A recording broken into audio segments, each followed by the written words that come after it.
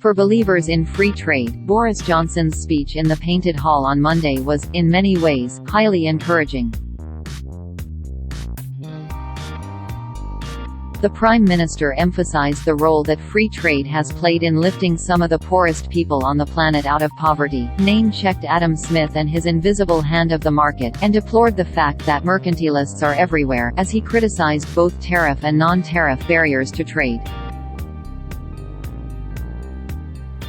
What's more, the symbolism of delivering his speech from the Old Royal Naval College could not have been clearer. Trading with countries across the world is what has contributed to the UK's wealth and prosperity. The Prime Minister is absolutely right. Thanks to Britain's rich history of abolishing protectionist measures such as the Corn Laws and pursuing trade with other countries, our nation has prospered. And we are not alone. Tens of millions of people have seen their lives improved in a way that is unprecedented in human history, as their governments embraced the principles of free trade over the past few decades.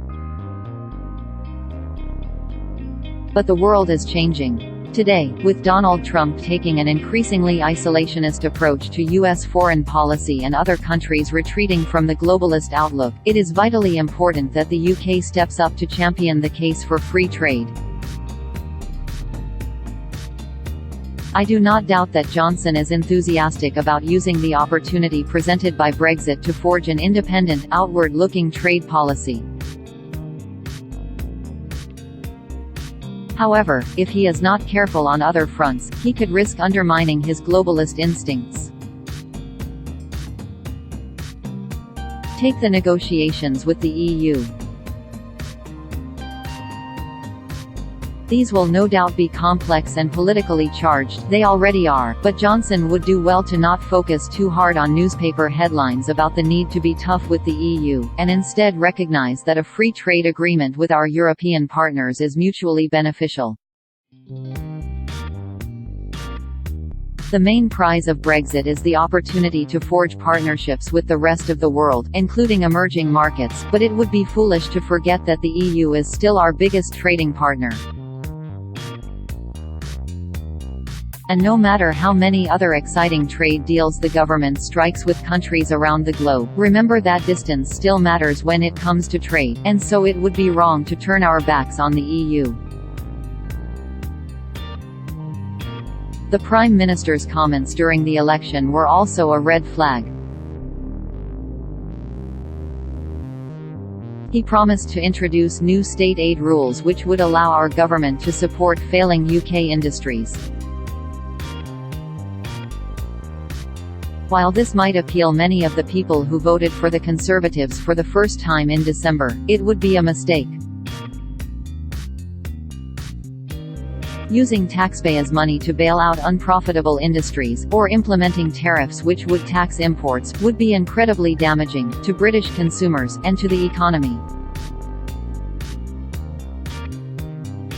It would deprive the UK of enjoying the benefits of free trade, goods and services would become more expensive, economic growth would stagnate, and those on the lowest incomes would suffer the most. Finally, there is immigration. Unfortunately, it looks as though freedom of movement between the EU and the UK will come to an end.